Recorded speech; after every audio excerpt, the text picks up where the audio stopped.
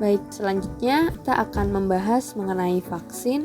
Nah, vaksin itu merupakan produk biologi yang berisi antigen berupa mikroorganisme atau zat yang sudah diolah sedemikian rupa sehingga aman, dan juga jika diberikan kepada seseorang nantinya akan membuat kekebalan tubuh secara aktif terhadap suatu penyakit tertentu. Nah, pemerintah terus mengupayakan pelaksanaan suntik vaksin COVID-19 untuk seluruh masyarakat di Indonesia. Mulai dari awal tahun 2021 hingga saat ini, vaksinasi COVID-19 itu telah didistribusikan ke seluruh masyarakat Indonesia. Pemberian vaksin ini juga merupakan solusi yang dianggap paling tepat untuk mengurangi dan juga memutus rantai penularan COVID-19. Vaksinasi ini bertujuan untuk memberikan kekebalan spesifik terhadap suatu penyakit, sehingga jika suatu saat terpapar penyakit tersebut, maka hanya akan mengalami gejala-gejala ringan. Sebaliknya, apabila tidak melakukan vaksinasi, maka tidak akan memiliki kekebalan tubuh yang spesifik terhadap penyakit yang seharusnya dapat dicegah dengan pemberian vaksin tersebut. Apabila cakupan vaksinasi tinggi dan merata, maka nantinya itu akan terbentuk suatu kekebalan kelompok atau biasa disebut herd immunity. Selain itu, vaksinasi COVID juga dapat menjaga produktivitas dan juga mengurangi dampak sosial serta ekonomi. Vaksinasi COVID-19 ini dilakukan setelah mendapat kepastian keamanan dan juga keampuhannya. Kelompok prioritas penerima vaksin COVID-19 saat ini adalah tenaga kesehatan yang memiliki resiko tinggi terpapar COVID-19, kemudian lansia di atas 50 tahun, dan juga orang dengan pekerjaan yang memiliki resiko tinggi untuk tertular virus COVID-19. Kemudian, vaksinasi itu akan dilanjutkan ke kelompok penerima lainnya, mulai dari masyarakat usia 18 tahun ke atas. Nah, berdasarkan rekomendasi terbaru dari Perhimpunan Dokter Spesialis Penyakit Dalam atau PAPDI, saat ini penyintas COVID-19 itu harus segera mendapatkan vaksin COVID-19 dengan rentang waktu 3 bulan setelah dinyatakan bebas COVID-19. Hal tersebut dilakukan guna untuk mencegah terinfeksi COVID-19 untuk kedua kalinya, tetapi dengan varian yang berbeda. Vaksin ini tentunya memiliki banyak manfaat dibandingkan dengan efek samping yang dihasilkan. Nah, vaksin ini dapat memberikan antibodi yang lebih tinggi dan juga memberikan proteksi terhadap virus COVID-19. Nah, perubahan alami yang dialami oleh ibu hamil misalnya itu dapat membuat sistem imun di dalam tubuh itu juga dapat berubah. Central of Disease Control atau CDC telah menyatakan bahwa ibu hamil dan juga ibu menyusui itu boleh melakukan vaksinasi COVID-19 untuk menekan potensi terinfeksi. Nah, meski begitu, tiap kebijakan itu tetap berbeda-beda tergantung lokasi tempat tinggalnya. Dalam menanggulangi pandemi COVID-19, upaya vaksin ini dilakukan tidak hanya menjadi satu-satunya upaya untuk melindungi masyarakat dari penularan COVID-19.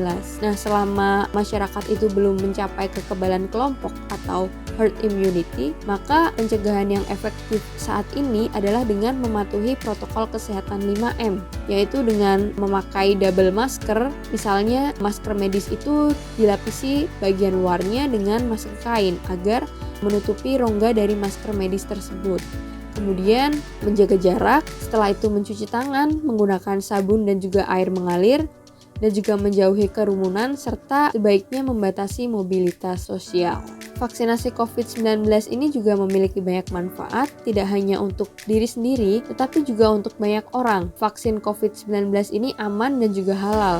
Hal ini sudah disampaikan oleh Komisi Fatwa MUI Pusat bahwa sudah memberikan data bahwa vaksin COVID-19 itu halal dan juga suci. Nah, oleh karena itu, masyarakat masih banyak mempercayai isu-isu atau hoaks mengenai vaksin yang belum jelas kebenarannya. Nah, masyarakat itu tidak perlu ragu dan juga tidak perlu khawatir untuk melakukan vaksinasi COVID-19 guna kepentingan bersama. Seperti vaksin pada umumnya, vaksin itu juga berpotensi untuk mengakibatkan efek samping bagi penerimanya. Nah, efek sampingnya itu seperti lengan pegal, kemudian meriang, mual, dan sebagainya itu adalah efek yang sangat wajar. Hal tersebut bertanda bahwa vaksin itu sedang bekerja dan juga juga tubuh itu sedang membangun antibodi untuk melawan virus yang mungkin akan menginfeksi di masa yang akan mendatang. Efek samping biasanya itu berlangsung selama kurang lebih 3 hari dan nantinya itu akan hilang dengan sendirinya. Namun, untuk beberapa kasus vaksin dapat menyebabkan kejadian ikutan pasca imunisasi atau KIPI. KIPI itu berbeda dengan efek samping biasa sehingga perlu untuk penanganan khusus bagi yang mengalaminya. Nah, KIPI itu dapat terjadi dengan tanda atau kondisi yang berbeda-beda setiap orangnya. Mulai dari gejala efek samping ringan hingga reaksi tubuh yang serius seperti alergi yang parah terhadap kandungan vaksin. Nah, gejala KIPI yang ringan dapat bersifat lokal berupa rasa yang nyeri, kemerahan, serta pembengkakan di area yang mengalami infeksi setelah diberikan imunisasi. KIPI ringan itu biasanya terjadi sesaat setelah disuntik vaksin dan dapat membaik dengan cepat setelah diberikan pengobatan untuk mengurangi gejala. Sedangkan KIPI yang berat itu cenderung langka terjadi. Pada umumnya disebabkan oleh respons sistem imun terhadap vaksin dan menyebabkan reaksi alergi berat terhadap vaksin. Itu dapat menurunkan trombosit, kemudian menyebabkan kejang, dan juga menyebabkan hipotania. Nah, semua gejala KIPI berat dapat diatasi dan juga dapat sembuh secara total tanpa adanya dampak jangka panjang. Terlepas dari berbagai risiko yang ditimbulkan, proses vaksinasi merupakan prosedur yang aman, dan KIPI merupakan suatu kasus yang dipengaruhi oleh berbagai faktor, misalnya karena kondisi dan juga kesehatan seseorang, serta proses vaksinasi itu sendiri. Nah, gejala KIPI yang benar-benar disebabkan karena adanya substansi vaksin itu cenderung ringan dan juga dapat hilang dalam waktu yang singkat. KIPI juga merupakan kasus yang jarang terjadi dan kebanyakan tidak membahayakan. Nah, resiko munculnya KIPI itu masih lebih ringan dibandingkan resiko terjangkitnya penyakit serius atau yang tentu lebih mengancam nyawa.